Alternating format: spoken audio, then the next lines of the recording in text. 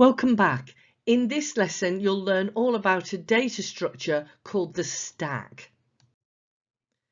In this lesson, you'll learn what a stack means, what operations we can carry out on a stack, and what is good and bad about a stack in comparison to other data structures and why we might choose to use it.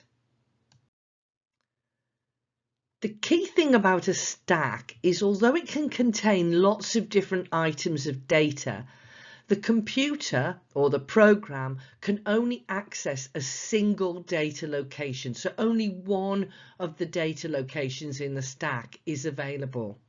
And this is one of the two ends of the stack. The end that you can access is called the top of the stack.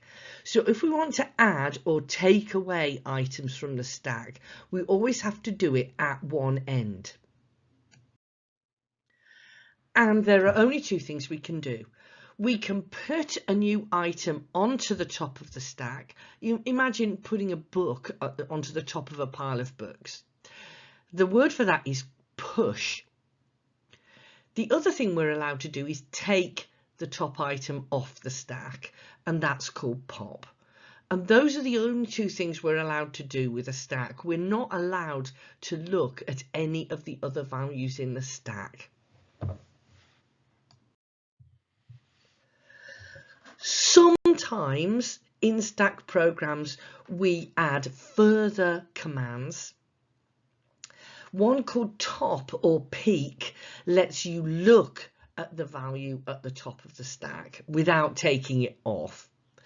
And functions called isFull and isEmpty will give you a Boolean yes/no answer to whether the data locations are completely used up, the stack is full up, or the stack is completely empty and doesn't have any data in it at all. So that's the full set of operations that are possible with the data structure called a stack. So let's visualize what happens when we push a value to the stack. Here's the computer's an area of memory set up ready to be a stack. There's a pointer pointing to the top of the stack. At the moment, obviously, there's nothing in the stack. If we carry out the command to push the value A onto the stack, it goes in at the location marked as the top of the stack.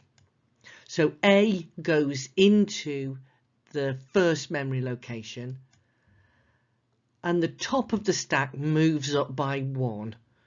So A is now in the stack and the top of the stack has moved up by 1. Let's push a second value to the stack. In this case, let's push the value B to the stack. There's only one place in the stack that we can access, that's the top of the stack. So B goes in at the top of the stack and the pointer moves up by 1. The stack has a new top. Now let's see what happens when we pop a value from the stack. When we want to pop a value, the top of the stack moves down and the value at the top of the stack can be returned and used elsewhere in the program. I've shown the value disappearing, but actually this value doesn't disappear, the computer doesn't delete it. It's just that the place, this memory location, is now designated as the top of the stack, and any further values added to the stack will be added at this position, overwriting the old value. So effectively, as far as the computer is concerned, it's disappeared. And now we can push again to the stack. Let's say the value X is pushed to the stack and the top goes back up again. So the top of the stack is moving up and down as we push and pop values from the stack. Let's put all that together so that you can see the stack in action. Push A to the stack. push B to the stack, pop the top value from the stack, and push X to the stack. So this is how the stack gets bigger and littler as we push and pop items from it. We call the stack a LIFO data structure. That stands for last in, first out. So the last item that you've added to the stack is the one that you'll take off if you pop from the stack. This can be exactly what we want. If we're using a stack data structure, it is very quick for us to access the most recent data that we have added to the stack. It's also ideal for reversing the order in which commands or data are accessed. The stack is a good data structure to use if we want to undo previous commands in reverse order, such as when we press Control Z when we're using Word, for example. It will repeat backwards, undoing our commands in the reverse order, backwards through time. It's also how we could travel backwards through, for example, a series of web links. And the stack is used, and this is perhaps the most useful and common reason to use a stack, is when we are opening multiple copies of recursive functions into in computer memory, and they'll form a stack.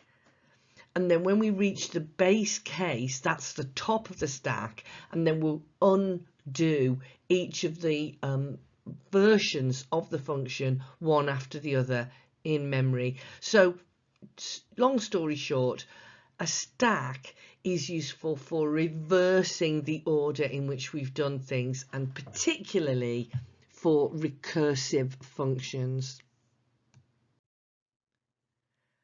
The stack has some very definite advantages.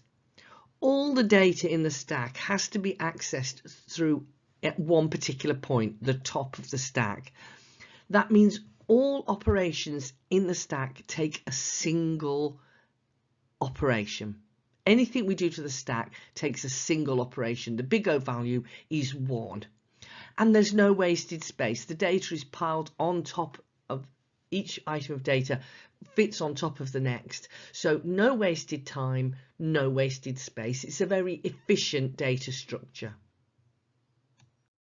Of course, there are also many limitations to using a stack. There's a huge list of things you can't do with a stack. You can't see any of the data or work with any of the data apart from the single value at the top of the stack. So there's a big list there of things you can't do with a stack. And here's my table of data structure operations, and most of them you literally just can't do. You can append and delete with push and pop, and you can tell if the stack is full up or empty, and that's it. That's all you can do with a stack. So to recap, you should know what a stack is. You should know what stack operations are. You should be able to evaluate a stack, and you should know some common uses of the stack. Here's a quick test. So pen and paper, and write down the answers to these. Explain why it would be correct to say that it's an efficient data structure. Tell me what the disadvantages are. Give a real life example where you would use a stack. There's more than one right answer there. And draw a stack on the paper and show what happens as you push and pop from the stack. So if you can answer those, then you're really quite ready to answer stack questions in the exam.